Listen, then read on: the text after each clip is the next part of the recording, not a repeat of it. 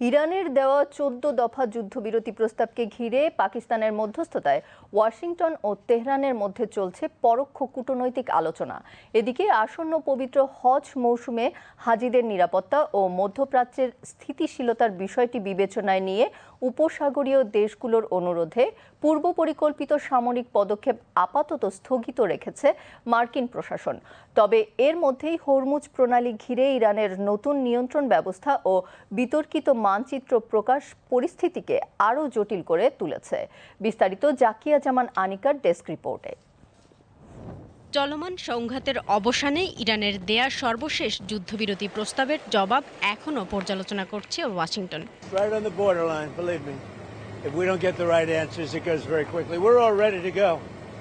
We have to get the right answers. It would have to be a complete 100% good answers. And if we do, we save a lot of time, energy and lives. বৃহস্পতিবার ইরানের রাষ্ট্রায়ত্ত বার্তা সংস্থা নূর news জানায়, পাকিস্তান সরকারের মাধ্যমে Washington ও তেহরানের মধ্যে দফায় দফায় গুরুত্বপূর্ণ বার্তা বিনিময় চলছে। ইরানের পররাষ্ট্র মন্ত্রণালয়ের মুখপাত্র ইসমাইল বাঘি জানিয়েছেন, তেহরানের উত্থাপিত 14 দফা প্রস্তাবের ভিত্তিতেই কয়েক দফা যোগাযোগ হয়েছে দুই পক্ষের মধ্যে।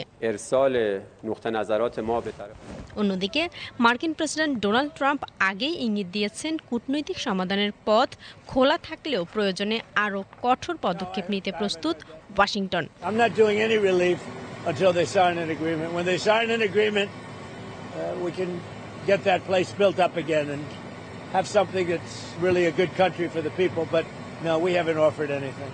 এর মধ্যেই নতুন করে আলোচনায় এসেছে হরমুজ প্রণালী।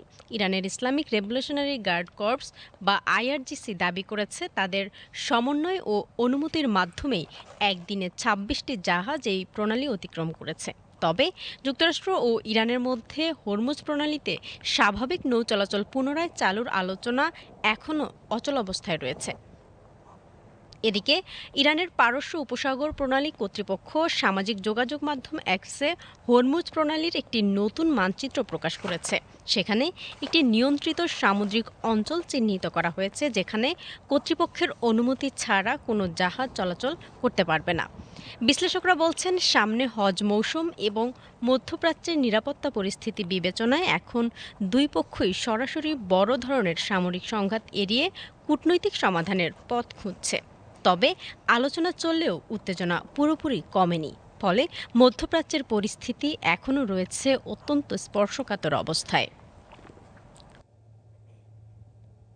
জাকিয়া জামান আনিকা, বিটিভি নিউজ।